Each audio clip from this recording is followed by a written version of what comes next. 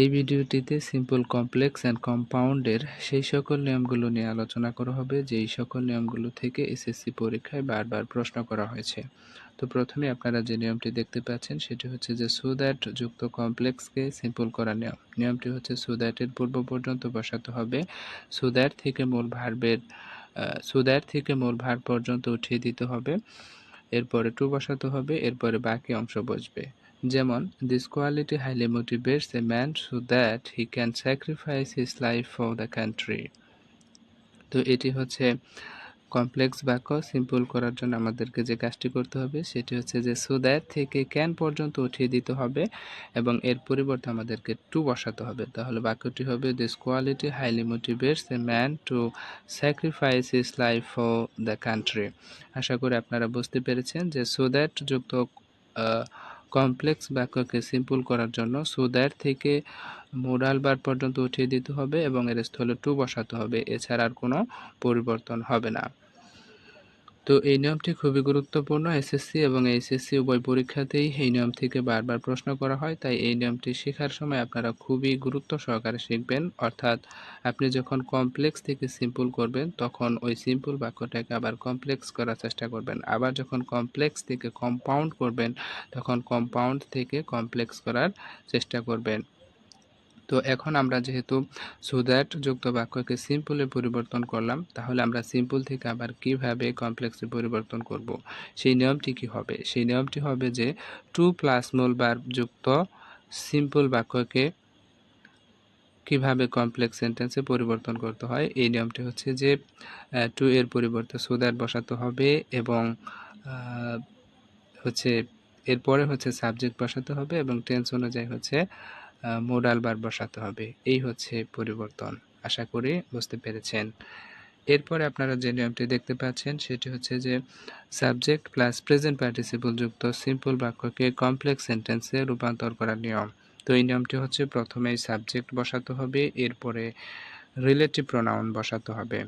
Subject যদি বস্তুবাচক হয় তাহলে রিলেটিভ প্রোনাউন হিসেবে হু বসাতে হবে, আর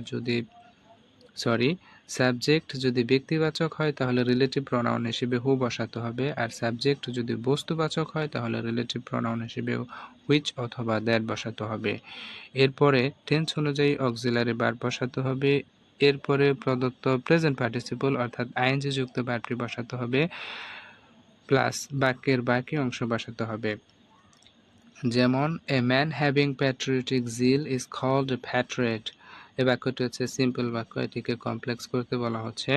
তো আমরা নিয়ম অনুযায়ী প্রথমে সাবজেক্ট বসাবো। তো বাক্যের সাবজেক্ট হচ্ছে এ ম্যান, তো আমরা প্রথমে এ ম্যান বসিয়েছি, এরপরে রিলেটিভ প্রোনাউন বসাতে হবে। তো এ ম্যান যেহেতু ব্যক্তিবাচক সাবজেক্ট তাই এরপরে রিলেটিভ প্রোনাউন হিসেবে হু বসবে, তো হু বসানো হয়েছে। এরপরে হচ্ছে অক্সিলারি ভার্ব বসাতে হবে। তো এখানে মনে রাখবেন যে প্রেজেন্ট পার্টিসিপল হিসেবে যদি হ্যাভিং থাকে সেই ক্ষেত্রে হ্যাভিং এর যে মূল ফর্ম রয়েছে সেগুলোই হচ্ছে অক্সিলারি ভার্ব হিসেবে টেন্স ও পার্সন অনুযায়ী ব্যবহার করতে হবে। যেহেতু বাক্যটি হচ্ছে প্রেজেন্ট টেন্সে রয়েছে আর বাক্যের সাবজেক্ট যেহেতু থার্ড পার্সন সিঙ্গুলার নাম্বার, তাহলে এখানে হু এর পরে অর্থাৎ রিলেটিভ প্রোনাউনের পরে হ্যাভিং এর অক্সিলারি ভার্ব হিসেবে হ্যাজ বসাতে হবে, রাইট। এরপরে হ্যাভিং এর পরে যে অংশটা রয়েছে patriotic zeal is called a patriot, এই অংশটাকে অপরিবর্তিত অবস্থায় অক্সিলারি ভার্ব হ্যাজ এর পরে বসানো হয়েছে। আশা করি বুঝতে পেরেছেন। তো এই নিয়মটি আপনারা আরও সহজভাবে মনে রাখতে পারেন, সেটি হচ্ছে যে জায়গায় প্রেজেন্ট পার্টিসিপল রয়েছে তার পূর্বে আপনারা হচ্ছে সাবজেক্ট অনুযায়ী রিলেটিভ প্রোনাউন বসাবেন, এরপর একটি অক্সিলারি ভার্ব বসাবেন। এই তিনটি কথা মনে রাখতে পারলেই কিন্তু হচ্ছে আপনি সহজেই সিম্পল থেকে কমপ্লেক্সে পরিবর্তন করতে পারবেন। আশা করি বুঝতে পেরেছেন।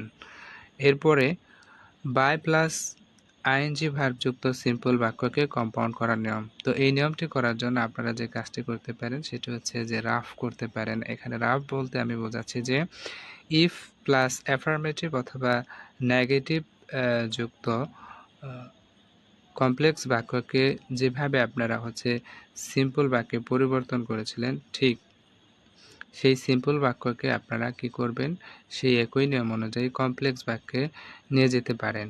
এভাবে যদি নিয়ে যান তাহলে আপনি কিন্তু খুব সহজেই কম্পাউন্ডে পরিবর্তন করতে পারবেন। কারণ হচ্ছে কমপ্লেক্সের চিহ্নগুলো উঠিয়ে দিয়ে যদি আপনি দুটি সেন্টেন্সের মাঝখানে অ্যান্ড বসিয়ে দেন তাহলে সেটি কম্পাউন্ড হয়ে যাবে। তো এখন নিয়মটি লক্ষ্য করুন। নিয়মটি হচ্ছে যে প্রথমেই বাই উঠে যাবে, এরপরে মূল ক্লজের সাবজেক্টটি প্রথম ক্লজের সাবজেক্ট হিসেবে বসাতে হবে। এরপরে টেন্স অনুযায়ী আইএনজি যুক্ত ভার্বটিকে পরিবর্তন করে বসাতে হবে, দুটি বাক্যের মধ্যে অ্যান্ড বসাতে হবে। যেমন by paying taxes he obeys the law.